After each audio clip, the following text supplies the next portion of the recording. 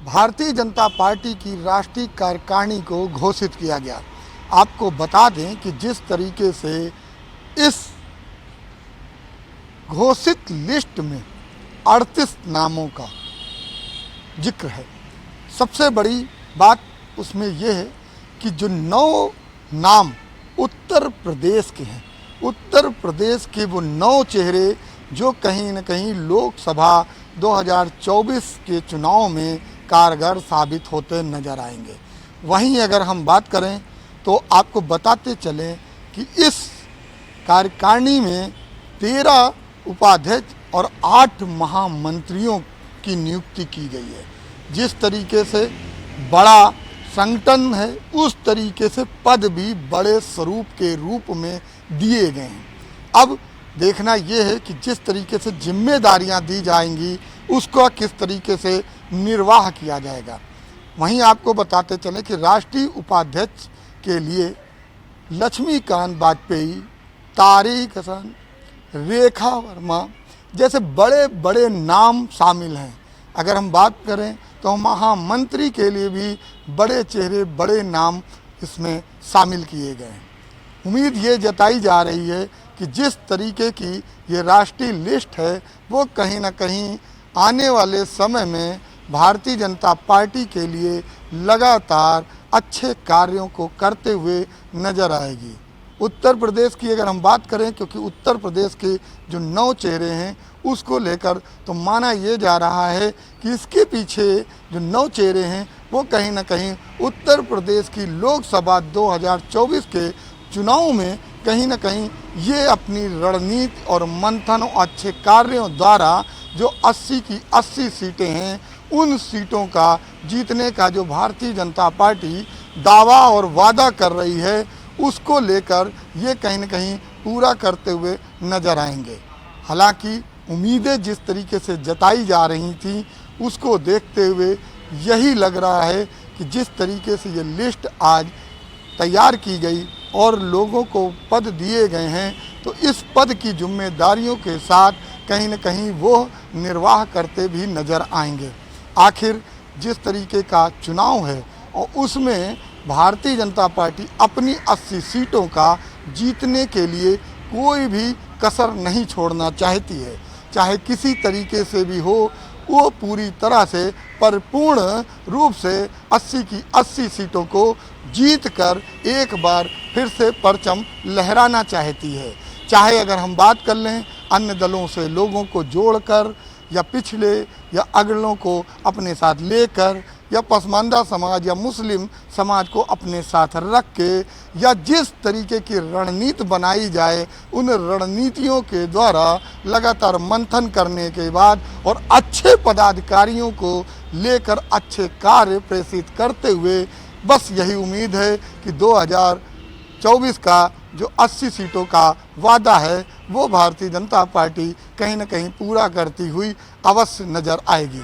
अब देखना ये होगा कि जिस तरीके से ये बड़ी जिम्मेदारियां इन लोगों को दी गई हैं उसमें ये कितना कारगर साबित होते हैं। आखिर जो जिम्मेदारियां हैं इन जिम्मेदारियों को लेकर भारतीय जनता पार्टी की परचम को कितना लहराते हैं और भारतीय जनता पार्टी को और कितना आगे की ओर ले जाते हैं। अब जिस तरीके की लिस्ट है उससे उम्मीद ये जताई जा रही है कि लोकसभा 2024 के चुनाव में 80 सीटों का जो दावा है वो कहीं ना कहीं अवश्य पूरा होगा, क्योंकि जिस तरीके से पहले भी बात किया जाए तो भारतीय जनता पार्टी लगातार उसका कहना है कि जो दावे और जो वादे हैं वो कहीं ना कहीं अवश्य पूरे होंगे। तो इसी दावे और वादे में 80 सीटों की भी साख लगी हुई है, उसके लिए हर भरसक प्रयास किए जा रहे हैं। वीडियो जर्नलिस्ट दीपक के साथ मैं जय त्रिपाठी, प्राइम न्यूज़, लखनऊ। मोदी सरकार के 9 साल पूरे होने पर जहां भाजपा ने महाजनसंपर्क अभियान चलाया था, जहां भाजपा के कार्यकर्ता महाजनसंपर्क अभियान में डोर टू डोर जाकर जनता से रूबरू हो रहे थे, जनता की समस्याओं को जान रहे थे, साथ ही साथ भाजपा से कहां कमी रह गई है ये सारी समस्याओं को जान रहे थे और रिपोर्ट एक तैयार कर रहे थे कि भाजपा ने क्या अच्छाई किया है और भाजपा से क्या कमी रह गई है जनता से रूबरू होने में। अगर वहीं बात की जाए इस महाजनसंपर्क अभियान की, तो इस महाजनसंपर्क अभियान को भाजपा धार देने के लिए सीडी विमोचन कार्यक्रम का आज उत्तर प्रदेश की राजधानी लखनऊ में करने जा रहा है। अगर बात की जाए सीडी विमोचन के बारे में तो सीडी विमोचन कार्यक्रम में मुख्य अतिथि के तौर पर डिप्टी सीएम ब्रजेश पाठक मौजूद रहेंगे, साथ ही साथ प्रदेश अध्यक्ष भूपेंद्र सिंह चौधरी और साथ ही साथ संगठन महामंत्री धर्मपाल सिंह जी भी मौजूद रहेंगे। अब अगर बात की जाए 2024 के लोकसभा चुनाव को देखते हुए भाजपा अपनी रणनीति पूरी तरह से तैयार कर चुकी है। वो रणनीति जिस तरह से अपनी तैयार की हुई है, जिस तरह से पहले भाजपा महाजनसंपर्क अभियान डोर टू डोर कर रहा था, वहीं अब अपना सीडी डोर टू डोर पहुंचाएगा। इसके कार्यकर्ता डोर टू डोर जाकर भाजपा की लघु फिल्म का सीडी जनता के हाथों में सौंपेंगे। कैमरा पर्सन विशाल के साथ Ananya Mishra, prime news, Lucknow. Mission 80 को लेकर प्रधानमंत्री नरेंद्र मोदी स्वयं एक माइक्रो प्लान बनाने में जुटे हुए हैं। जो ये प्लान है ये अपने आप में एक अलग तरह का प्लान होगा। आपको बता दें कि जिस तरीके से मिशन 80 मतलब 80 की जो 80 सीटें हैं उसको जीतने का जो दावा किया जा रहा है उस पर कहीं ना कहीं प्लानिंग की जाएगी, रणनीति बनाई जाएगी, मंथन किया जाएगा और इसके लिए अब स्वयं प्रधानमंत्री जी जागरूक नजर आ रहे हैं। प्रधानमंत्री नरेंद्र मोदी जिस तरीके से 31 जुलाई और 2 अगस्त को सांसदों के साथ कहीं ना कहीं सीधा संवाद करते नजर आएंगे, सीधी बात करते नजर आएंगे और उम्मीद ये है कि वो कहीं ना कहीं इस जीत को लेकर जीत का मंत्र फूंकते हुए भी नजर आएंगे और माना ये जाए कि जो सांसद हैं उनको कहीं ना कहीं जागरूक करेंगे कि किस तरीके से मिशन 80 का जो टारगेट है इसको पूरा किया जाए। और सबसे बड़ी बात यह है कि जिस तरीके से एनडीए के साथ जो अन्य जुड़े हुए दल हैं उन दलों के भी जो सांसद हैं उन सांसदों से भी कहीं ना कहीं प्रधानमंत्री वार्तालाप करेंगे, संवाद करेंगे, बात करेंगे, मंथन करेंगे, रणनीति बनाएंगे कि आखिर जो मिशन है इस मिशन को किस तरीके से पूरा किया जाए। क्योंकि जो 80 के 80 सीटों का वादा और दावा है इस पर किस तरीके के कार्य किए जाएं, आखिर जो रूठे हैं उनको किस तरह अपने साथ लिया जाए, आखिर अपने क्षेत्रों में सांसदों को किस तरीके का कार्य करना है जिससे जनता भारतीय जनता पार्टी के लिए लगातार जागरूक नजर आए। और उम्मीद ये जताई जा रही है कि जब ये संवाद होगा तो कहीं ना कहीं जितने भी सांसद होंगे उसमें एक अपनी अलग तरह की ऊर्जा प्राप्त करेंगे और उस ऊर्जा के द्वारा लोगों तक पहुँचेंगे, जन जन तक बात पहुँचाएंगे और जो मोदी सरकार के कार्य किए गए हैं उन कार्यों की उपलब्धियों के बारे में लगातार बताते हुए नजर आएंगे। क्योंकि जिस तरीके से उनका साफ कहना है कि भारतीय जनता पार्टी लगातार जनता के हित में ही कार्य करती नजर आ रही है। उनका स्वयं कहना है कि जनता के लिए हर भरसक वो प्रयास किए जाएंगे कि जिसको जनता चाहती है। उस चीज़ों को ध्यान रखते हुए जो 80 के 80 सांसद हैं उसमें कई ऐसे सांसद पाए गए कि जिनसे उम्मीदें कम लग रही थीं कि आखिर माना ये भी जा रहा था कि बीच में कुछ खबरें ऐसी भी थीं कि जिसमें लगातार कि जो सांसद हैं उनमें कईयों का टिकट कटने की भी खबर चल रही थी। ऐसे में आखिर जो सांसद 80 के 80 सीट जिताने का दावा है उसमें ये किस तरीके से कारगर साबित होंगे ये देखना है।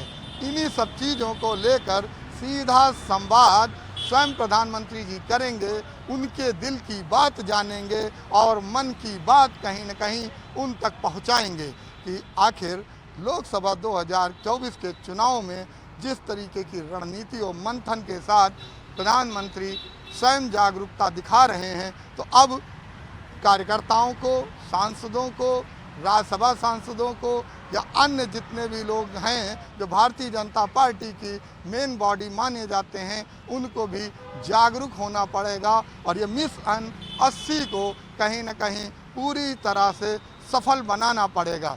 जब सफलता तभी प्राप्त होगी कि जब प्रधानमंत्री जिस तरीके से जागरूकता के साथ ये मिशन 80 चला रहे हैं उसमें पूरी तरह से सभी लोग सहयोग करेंगे, तभी ये मिशन पूरी तरह से सफल होता नज़र आएगा। तो अब देखना ये होगा जिस तरीके के संवाद होंगे, जिस तरीके से ये मिशन बनेगा, जिस तरीके की प्लानिंग होगी और रणनीति बनेगी, भारतीय जनता पार्टी को जिताने के लिए मंथन होगा, इन सब चीज़ों का असर 2024 के लोकसभा में कितना लाभ देता नज़र आएगा। उम्मीदें जो हैं वो कहीं ना कहीं 80 को सीटों को जीतने का है, उसको किस तरीके से परिपूर्ण किया जाएगा।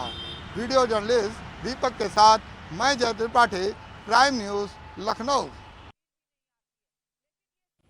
चलिए आपको जनपद बागपत लिए चलते हैं, जहां एक मकान मूसलाधार बारिश के चलते भरभराकर गिर गया। गनीमत ये रही कि इस दुर्घटना में कोई घायल नहीं हुआ, कोई जनहानि नहीं हुई, किसी को कोई चोट नहीं आई। बता दें मामला क्या है। जनपद बागपत की बागपत कोतवाली के क्षेत्र अंतर्गत आने वाले पुराना कस्बा में एक मकान 3 दिन से लगातार मूसलाधार बारिश हो रही थी, जिसके चलते जैसे धूप निकली तो उसकी दीवार भरभराकर गिर गई। उसमें जो है उसकी कड़ी वहाँ पे पास में खड़ी 2 गाड़ियाँ भी उसके नीचे दब गई, जिसके चलते सबसे बड़ी शुक्र की बात ये रही कि जो है वहाँ पे कोई जनहानि नहीं, किसी को चोट नहीं लगी। तमाम लोगों जो उसके आसपास के लोग थे उन्होंने भाग कर किस तरह अपनी जान बचाई। तो जिस प्रकार से जनपद बागपत में भारी बरसात के चलते ये जो मकान गिर रहे हैं, जैसी घटना हो रही है, मकान जो मकान पूरे 2-3 मंजिला मकान भर भरा कर गिर रहे हैं। एक पहली घटना जनपद बागपत की नहीं है जिसमें मकान गिरा हो। अब से पहले लगभग 10-12 मकान बरसात के चलते जो है गिर चुके हैं। बताते जैसे ही घटना हुई तो पूरे जो है मोहल्ले में, पूरे पुराना कस्बे में भगदड़ का माहौल हो गया, भय का माहौल हो गया, हड़कंप सा मच गया। मौके पर तमाम जो है आसपास के लोग पहुंचे, पुलिस प्रशासन पहुंचा, तो पुलिस प्रशासन के सहयोग से मलबा हटाने का कार्य किया जा रहा है। उसके पश्चात उसको जो आर्थिक सहायता है उसके लिए भी प्रशासन द्वारा लिखा जाएगा। जिस प्रकार से मकान गिरा है पूरे जनपद बागपत में एक चर्चा का विषय बना हुआ है। और सबसे बड़ी बात, भगवान का हर जगह ये शुक्र मना रहे हैं, खैर मना रहे हैं कि कोई जनहानि ही नहीं हुई, कोई किसी को चोट नहीं लगी है। भले ही वो आर्थिक नुकसान तो हुआ है, वो तो देखा जाएगा, निपटा जाएगा, परंतु अगर जनहानि होती तो बड़ा बहुत एक सोचने बड़ा दुख वाली बात होती। इन तमाम सारी जानकारी के साथ कैमरामैन अमीपाल दामा के साथ Sunil Agarwal, Prime News Baghpat. Ghaziabad police ने लूट की वारदात को अंजाम देने वाले 6 आरोपियों को गिरफ्तार किया है, जहां आज सुबह थाना साहिबाबाद पुलिस ने चेकिंग के दौरान लाजपत नगर क्षेत्र में तमंचे के बल पर लूट की वारदात को अंजाम देने वाले 6 आरोपियों को गिरफ्तार किया है। पुलिस ने राजेंद्र नगर गोल पार्क कट के पास से सभी आरोपियों को गिरफ्तार किया है। वहीं पुलिस ने इनके पास से एक अवैध तमंचा, 315 बोर, एक जिंदा कारतूस, 2000 रुपये नगद, 5 चाकू और एक चोरी की बाइक बरामद की है। जहां पुलिस पूछताछ में आरोपियों द्वारा बताया गया है कि इन सभी के द्वारा बीते 26 जुलाई को लाजपत नगर क्षेत्र में एक महिला के घर में घुसकर तमंचे के बल पर लूट की वारदात को अंजाम दिया गया था। जहां इस दौरान इन लोगों द्वारा करीब 12,000 रुपये नगद और 7 ATM कार्ड वहां से लूटे गए थे। वहीं मामले का खुलासा करते हुए पुलिस ने सभी आरोपियों को गिरफ्तार कर लिया है। अपने सहयोगी कुणाल के साथ मैं प्रमोद सिंह, प्राइम न्यूज़, गाजियाबाद। मुस्लिम समुदाय के लोगों का सबसे बड़ा त्यौहार मुहर्रम बताया जाता है। उसी को लेकर के कल देर शाम बांदा SP अभिनंदन ने लाव लश्कर के साथ में शहर के प्रमुख चौराहों पर पैदल मार्च किया है। हालांकि इस दौरान जहां उन्हें समस्याएं दिखी, तत्काल उन्होंने समस्या के निराकरण के लिए आदेश दिए हैं।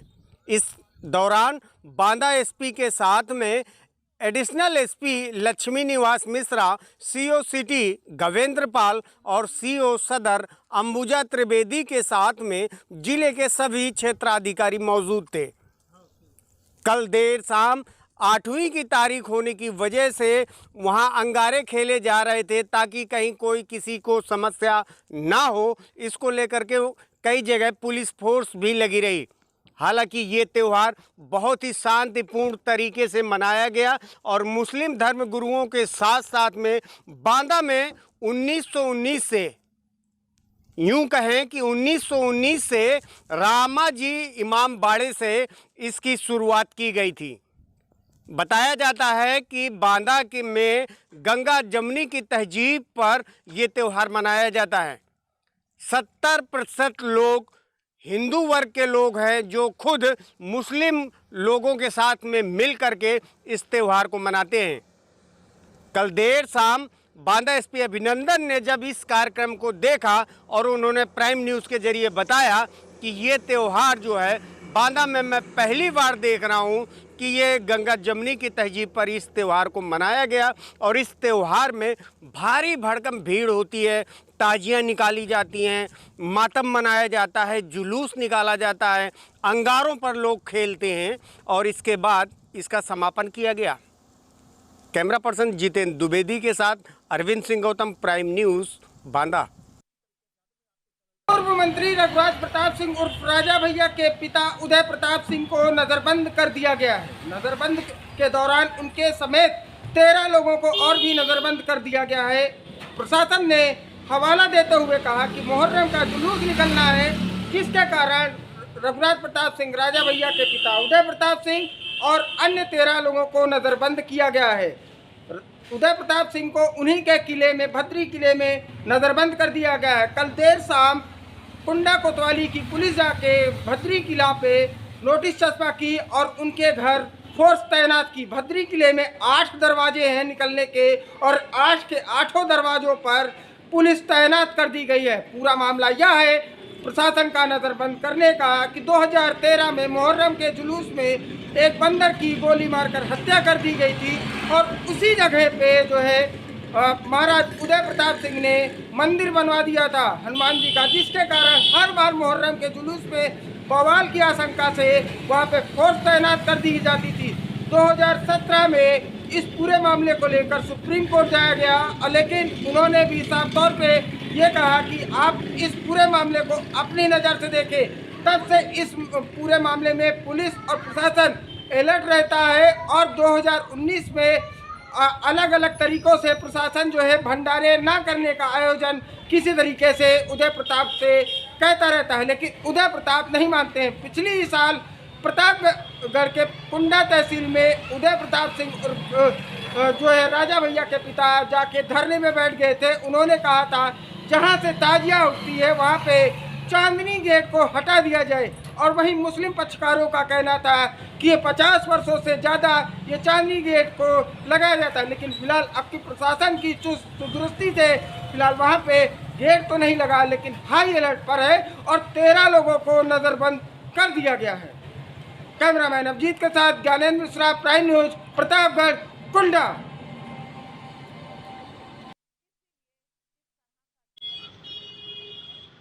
अपने प्रेमी द्वारा शादी से इनकार करने के बाद एक युवती इतनी हतोत्साहित हो गई कि उसने कटघर क्षेत्र स्थित रामगंगा नदी के पुल पर रामगंगा नदी में कूदकर अपनी जान देनी चाहिए। ये वही पुल है जहां से युवती के द्वारा छलांग लगाकर आत्महत्या करने का प्रयास किया गया था, जिसे देखकर आनन फानन में आस पड़ोस के लोग एकत्रित हो गए और एक युवक के द्वारा रामगंगा नदी में छलांग लगाकर युवती की जान बचाई गई, जिसे बाद में जिला चिकित्सालय में भर्ती कराया गया, जहां लड़की अभी फिलहाल ठीक बताई जा रही है। लड़की के परिजनों द्वारा आरोपी युवक के विरुद्ध कठोर से कठोर कार्रवाई की बात की जा रही है। अब देखना ये होगा कि क्या युवती को उसका प्रेम दोबारा मिल सकेगा या आरोपी के विरुद्ध कठोर कानूनी कार्रवाई होती है। कैमरा पर्सन रमेश श्रीमाली के साथ BP Upadhyay, Prime News, Moradabad.